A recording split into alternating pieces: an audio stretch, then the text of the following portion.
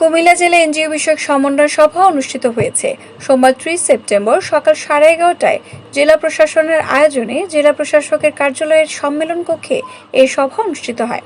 এতে সভাপতিত্ব করেন জেলা প্রশাসক মোহাম্মদ আমিরুল কায়সার। সমন্বয় সভা পরিচালনা করেন অতিরিক্ত জেলা প্রশাসক উন্নয়ন ও মানব সম্পদ ব্যবস্থাপনা মাহফুজা মতিন।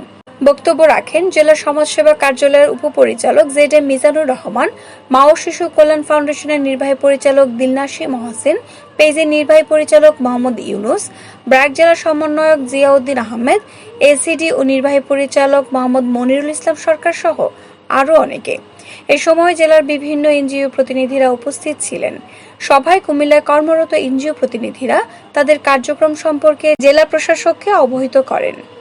আমাদের মতো দেশে অনেক কিছু সরকার রান করে, বাট অনেক দেশে এগুলো করে না। যেমন বিমানবন্দর বলেন, সরকার আমাদের পাবলিক ট্রান্সপোর্ট সেক্টর আছে, এগুলো অনেক সেক্টর আছে যেগুলো আমরা আমাদের সরকার করে, বাট অনেক দেশে এগুলো সরকার করেও না, বেসরকারি প্রতিষ্ঠান করে। কারণ সরকারের পক্ষে সার্ভিস সেক্টর মেইনটেইন করা সম্ভব না, সেগুলো নন গভর্নমেন্ট অর্গানাইজেশন বা প্রাইভেট সেক্টরই করবে।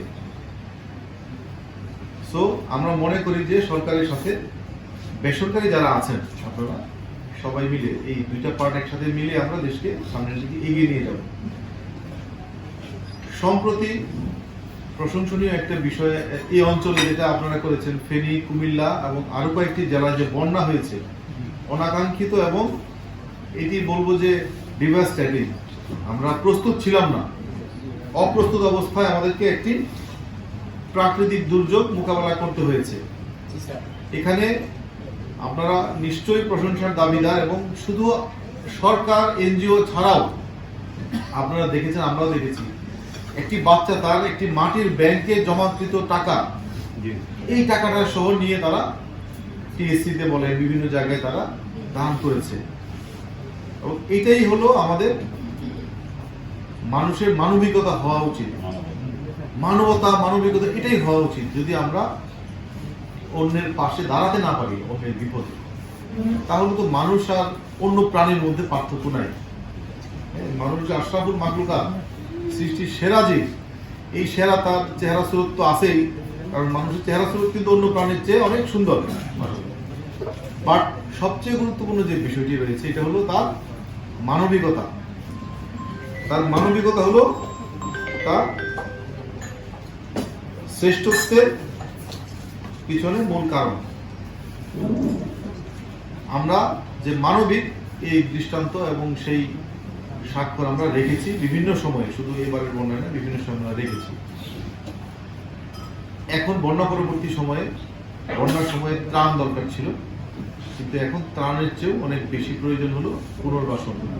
বিভিন্ন সেক্টরে, কৃষি সেক্টর বলেন, মৎস্য বলেন, মানুষজনের বসত ভিটা বলেন, ঘর বাড়ি বলেন, অনেক ক্ষেত্রে অনেক ক্ষতি হয়েছে, যেটি আমরা খুব অল্প সময়ে পূরণ করতে পারবো না।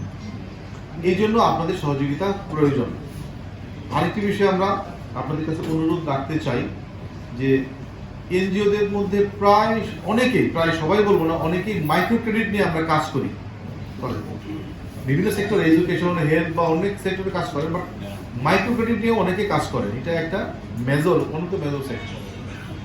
আপনাদের কাছে আমার অনুরোধ থাকবে, এই বাস্তবতার নিরিখে এই সময়টাতে, যে সময়টা দিয়ে যারা বন্যা দুর্গত মানুষ, যারা আপনাদের স্টেক হোল্ডার, যারা নাগরিক বৃন্দ রয়েছেন, তাদেরকে এই সময়টায় কিভাবে একটু ফ্লেক্সিবল হওয়া যায় তাদের প্রতি।